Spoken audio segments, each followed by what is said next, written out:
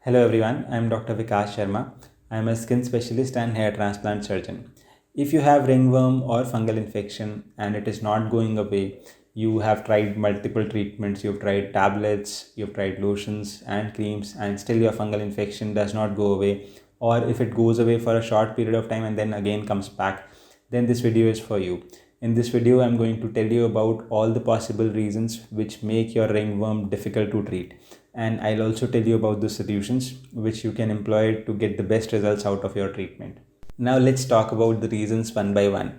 The first and the most commonly seen reason is taking the medicines for an inadequate period of time or taking it in an inadequate dose.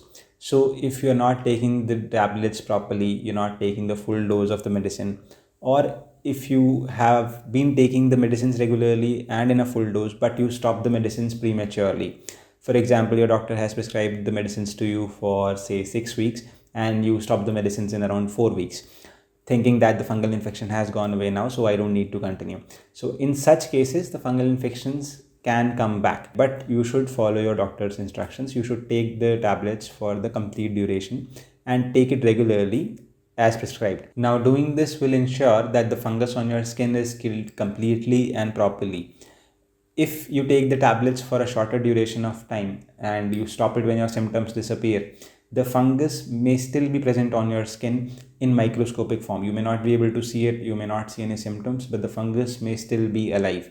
So if you stop your tablets prematurely, it can grow back again and cause the fungal infection again. So nowadays you will see that even after your fungal infection symptoms have subsided, your ringworm is not visible anymore, your doctor may ask you to apply the cream for a long period of time, say 1 to 2 months more than the tablets, or your doctor may give you a powder for a couple of months to apply on the affected area. Now, completing your treatment also ensures that you don't develop antifungal resistance.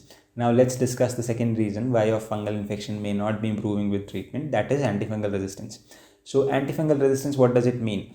Now, as the name implies, it means that the fungus that is infecting your skin has become resistant to antifungal medicines. So, the medicines that we are giving to kill the fungus are not as effective as they used to be. So, why this happens is, as I explained earlier, if you're not taking the treatment properly, if you're taking it for a short duration or in an improper dose, that ensures that the fungus is exposed to the drug but not in a sufficient quantity or not for a sufficient duration which is enough to kill the fungus. So in such a case, the fungus is able to develop immunity against such kind of medicines, and it does not die very easily when exposed to these medicines. Now, the second reason which is very commonly seen is using steroids or medicines which lower your immunity. So if your immunity is not working properly due to using steroid creams or steroid tablets or steroid injections, all these things, they lower your immunity. So if your immunity is not working properly and you're taking antifungal medicines or antifungal creams, the fungus may not die very efficiently and some parts of it may survive and may become resistant to the medicines. So how to get rid of this antifungal resistance? So number one thing, as I discussed already, you should take the treatment properly in a proper dose and in a proper duration. Number two thing that is to be done is avoiding the use of steroids in the form of creams or tablets or anything which lowers your immunity. It should be avoided. Number three thing that you should remember is that your doctor may prescribe the medicines in a higher dose than usual. So antifungal resistance has become very common nowadays. So your doctor may choose to give the tablets to you in a slightly higher dose, but this should be decided by the doctor. Number three thing that can be done is combining different medicines. So a medicine A can be combined with medicine B, so that if the fungus is resistant to medicine A, it will die with the help of medicine B. The other thing that can be done is taking skin scrapings and sending them for fungal culture. So what this means is that we take your skin scrapings and try to grow the fungus on a petri dish. Now, when the fungus grows in a lab, we can expose it to different types of antifungals and see which medicine is effective against that fungus. So we can use that in the treatment.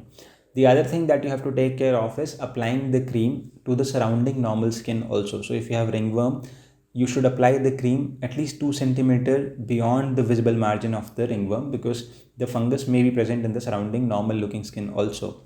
Now, the third important reason why your treatment may not be effective is using steroids. So, steroids, as I said earlier, are medicines which lower your immunity. So, they can be used in the form of creams, tablets, or injections. So, these medicines, they lower your immunity. What this does is basically the symptoms in fungal infection are due to your immune response. So there is a fungal infection, your body tries to respond to it by mounting an immune response. The immunity tries to kill the fungus, so you feel redness in that area, you feel itching, you feel irritated in that area. So this immune system response is suppressed by steroids. So when steroids are applied as creams or tablets, you will see that the symptoms have decreased. Now, some people mistake it as resolution of fungal infection. So people feel that when I'm using this steroid cream or steroid tablets, my fungal infection seems to respond. It gets better. But actually, it's not getting better. Those steroids are helping the fungus spread even more because they are suppressing the immunity in that area. So, all in all, steroids are really bad for your fungal infection. Now, I'll give you some examples of steroids which you should definitely avoid. So, examples of steroid creams are halobetasol, clobetasol, fluocinolone, fluticasone, betamethasone, mometasone, or hydrocortisone. Examples of steroid tablets are prednisolone, methylprednisolone, deflazacort, betamethasone. And examples of steroid injections are triamcinolone, dexamethasone. So if you're using any of these medicines, you should definitely avoid them as they can help the fungus spread even more. Another possible reason is low immunity. So if you have uncontrolled diabetes or diseases which are suppressing your immunity or medicines which are suppressing your immunity, your fungal infection can be difficult to treat. Next important thing is poor hygiene. So if you're not maintaining proper personal hygiene, your fungal infection can be difficult to treat. So hygiene in fungal infection means you should have clean and dry skin. So you should take a daily bath. You should keep your skin dry, especially after sports activities or going to the gym.